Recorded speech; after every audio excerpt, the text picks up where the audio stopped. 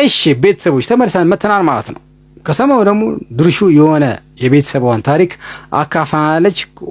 ወገንታት ህዝብታት በእኛ ቤተሰብ የደረሰ በዘራችሁ አይድረስ ብላ እጅግ በጣም የተከፋችበትን የተሰማትን ነገር እንግዲህ ሰፋ አድርጋ ያጎቷን ጉዳይ ስለ ቤተሰቦቿ የደረሰበትን ነገር ትምህርት ይሆናል ብላ ስላሰበች አካፋለች። እስቲ ድርሹ ምንድነው እንደዚህ በእኔ ደረሰ በእናንተ አይድረስ ብላ ልታስተምረን ወይም ልትነግረን የምትፈልገው ነገር ምንድነው የሚለውን ነገር ሁላችንም ሰፋ አድርገን ጆሮአችን እንድንሰማት ስል በአክብሮት ተጋብዛለሁ ማለት ነው። ድርሹ ዳና እንግዲህ ትቀጥላለች። እናንተም ላይክ ሀሳብ እየሰጣችሁ ከኔ ጋር እንድቆዩ በአክብሮት እየጋበዝኩኝ ወደ ድርሹ ዳና ሀሳብ በእኛ ቤተሰብ ላይ የደረሰው ነገር በማንም ቤተሰብ ላይ እንዲደርስ አልፈልግም። ማለት በዘር ማንዘራችሁ አይድረስ። አንዳንዴ እንደዚህ አይነት ቆሻሻ ነገር ማለት ነውና አጎት አለኝ፣ የሶስት ልጆች አባት ነው። ሚስት አለችው፣ ለፍቶ አዳሪ ነው እንደማንም ኢትዮጵያዊ። እሷም ያንን ኑሮ ለማገዝ ተፍተፍ ትላለች።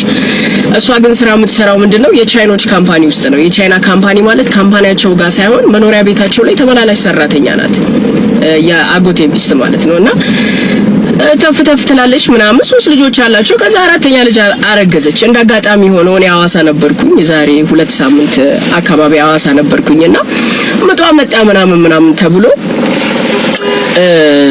እሺ ምናምን ወደ ሪፈራል አልፋለች ምናምን ተባለ። በቃ እየተሯሯጥኩኝ ምናምን ሄድኩኝ ሪፈራል ሆስፒታል።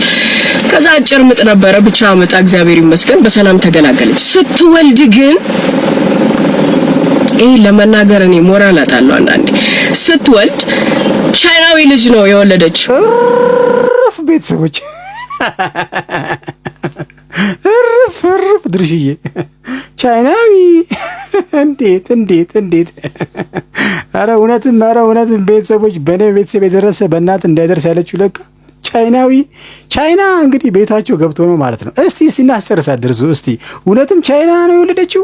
አረ ድርሹ እስቲ በቃ ቻይናዊ ልጅ ከለሩ ሌላ አይኑ እንደዚህ ያለ ቻይናዊ ልጅ ማለት ነው። እኔ በጣም ደነገጥኩ። አጎቴ ቢኒ ዳና ነው የሚመስል፣ እሷ ትንሽ ጣያም ያለች ናት። እንዴት ይሄ ሊፈጠር ይችላል? የመጨረሻ በቃ ሁላችንም ግራ ተጋባን፣ የመጨረሻ ደነገጠንና አረ ምን አይነት ነገር ነው? በቃ ምን አይነት ጉድ ነው ምናምን እያልኩኝ በቃ በጣም ተገርሜ ኔክስት ዴይ ላይ ወለደች ምናምን ነገር። ከዛ ከሆስፒታል ልትወጣ ነው ነይ ፒክ አርጋት ምናምን ስባል እሺ ብዬ ይዣት ወደ ቤት እየተመለስን ያለ ጠየኳት። ወዲዬ ግን ምንድነው ግን ጩጬው እኮ ምንም አጎቴን አይመስል ወይ አንቺን አይመስል ምናምን ስላት አዎ ምናምን ነገር አለች። ሀቢ ሆነ ማለት ነው። ምንድነው ምናምን ስል ቻይናዊ ነው የሚመስለው ልጁ ስላት አዎ አለችኝ። አባቴ እንዴት ሊመስል ቻለ ምናምን ነገር አልኳት። ቻይኖቹ ቤት ተመላላሽ ስትሰራ በትልቁ የፋሚሊ ፎቶ አለና እዛ ፋሚሊ ላይ ህፃናቶች ምናምን የተቀመጡ ህፃናት ምናምን አሉ አለች። ቻይና ሀገር የሚኖሩ የቤተሰቦቻቸውን ፎቶ ሰቅለው ነው እንግዲህና እርጉዝ በነበርኩ ሰዓት ሆዴን ይዤ በርከክ ብዬ በፎቶ ላይ አለች። እሺ ጌታ ሆይ እኚህን የመሳሰሉ ልጆች ስጠኝ አባቴ እያልኩኝ ለጌታዬ ጸሎት አደርስ ነበር አለች። እሺ ስላት ይሄው የጸሎቴ ምላሽ ቻይናዊ ልጅ ወለድኩኝ ምናምን አላለች። አሬ ኤአይ ነው በለኝ ድርሹዬ ታሪክ ኤአይ ነው በይኝ። ኧረ በይኝ እንጂ እንደዚህማ የለም። እንዴት ኧረ ቁጨት በጸሎት እንዲህ መሆን ተጀመረ እንዴ? ኧረ ምን አይነት ዘመን ደረስን? ጎበዝ ምን ትላላችሁ? የድርሹ ታሪክ በቤተሰቡ የደረሰው እንግዲህ ይሄ ነው ማለት ነው።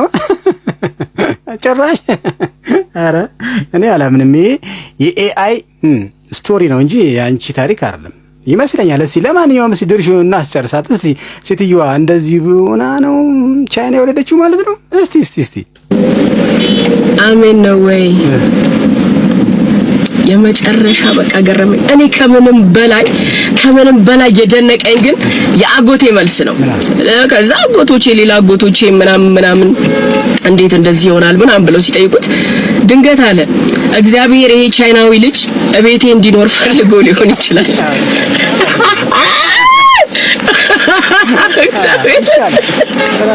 የኔ ውድ አጎት ቻይናዊው ልጅ ቤቴ ድንገት እንዲኖር አስቦ ፈልጎ ሊሆን ይችላልና ምንም ማድረግ አልችልም፣ ልጁን አሳድጋለሁ ብሏል። እኔ እንደዚህ አይነት ነገር በጣም መቃወም ሰው ነኝና እርሶ ቢሆኑ ምን ያደርጋሉ አይነት መረጃ ነው ያደረስኳችሁና ኮሜንት ላይ ሀሳባችሁ ይጠበቃል። ሌትስ ጎ ጋይ